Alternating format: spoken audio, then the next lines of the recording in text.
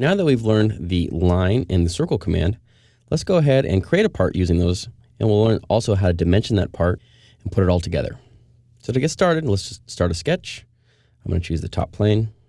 We're going to make a little bolt link in this part. So it's going to start off with a center line. So we just want to tie everything to the origin. So I'm just going to start a line here, snap it across here, and then I just want to make sure it's centered on the origin. So I'm going to select the origin, hold down Control, select the line, and I'm going to say I want this to be midpoint.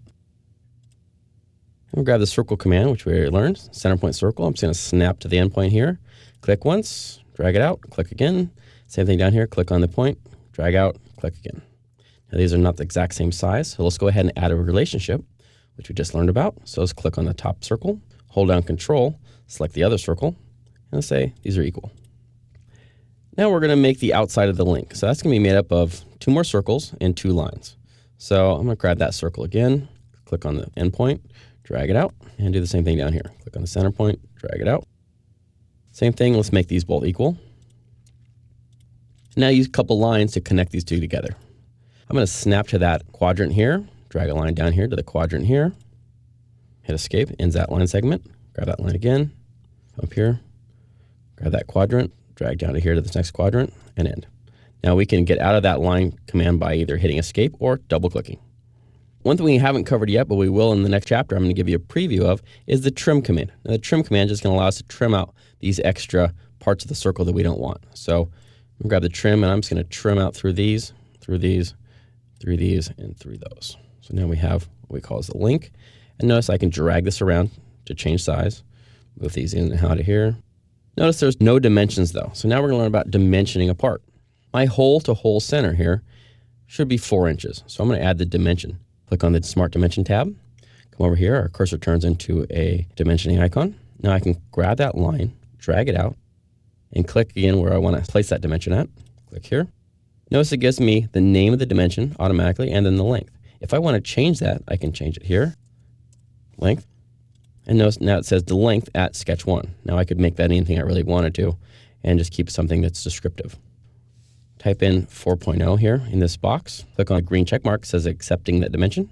And now it modifies the size and shape of that and gives us that 4-inch dimension. I can drag this around just by clicking it and dragging it. And that's tied together now. I can still move the other parts of this, but I can't change that length. A couple more dimensions we want to add. So go back up here, grab the Smart Dimension tool. We can either click on the radius here or the distance from here to here. So let's just do that. So I'm going to click on the first item. Notice it gives you the 4, and then drag over here and select the second item we want to dimension to, which now gives a dimension between those 2 items. Over here, I'm going to say 2.0. That brings that in a little bit, and now these circles need to be adjusted. I can always drag these in and out to get them close to the right size, and then I'm going to go ahead and add a dimension there. So I'm just going to click on that circle anywhere on the diameter of it, drag out a dimension, just click wherever I want to place that dimension, and I'm just going to say 0.75. Notice the lines have been changing color. When we first had the lines drawn, they were all blue, which means they're underdefined or undefined sketches. As they turn black, that means they're fully defined. So notice all the lines in the sketch are now black. That means they're fully defined. They know exactly what they are. And I can click on any one of these things and try to drag it around, and nothing's going to move. It's fully defined sketch. Now, if I were to cause a problem, for instance, I went up here and I added an additional dimension, it says, do we want to leave this driving? So I'm going to say yes. Notice what it does to our sketch. It says, turns it all yellow and says we have conflicts. The whole sketch is conflicting here because I'm defining it twice. I'm saying down here it's 2 inches across, and then I'm saying up here the radius is 1 inch. So SolidWorks actually doesn't know which one to use. So it says these 2 conflict, and it highlights everything in yellow that's causing a problem. Notice the 2 circles in here are still black. They're not in violation. So I can either delete this or I can delete this. Either one of them will solve the problem. It's fully defined and it's back.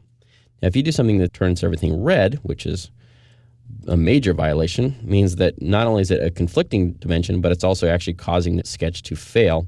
That's when you're really in trouble. And the same thing happens is it's going to highlight all the items in red who might be causing the trouble. You just need to delete or change those items to get back to a state of having a fully defined sketch in black. The next step here is to turn that into a 3D part, and we're just going to skip ahead and give a preview of the Extrude command. I'm going to drag this out a little bit. We're going to make it a 1/2 inch thick. Just type in 0.5 over here. Click on OK. This movie combined the line, circle, and centerline commands. We also learned and used relationships together to create a usable part. We also got a first look at the trim and extrude commands. Dimensioning is very important in SolidWorks, and make sure to fully define your sketches with no blue lines, no yellow lines, and definitely no red lines. Now we have a complete part, and this part will be used later in the course.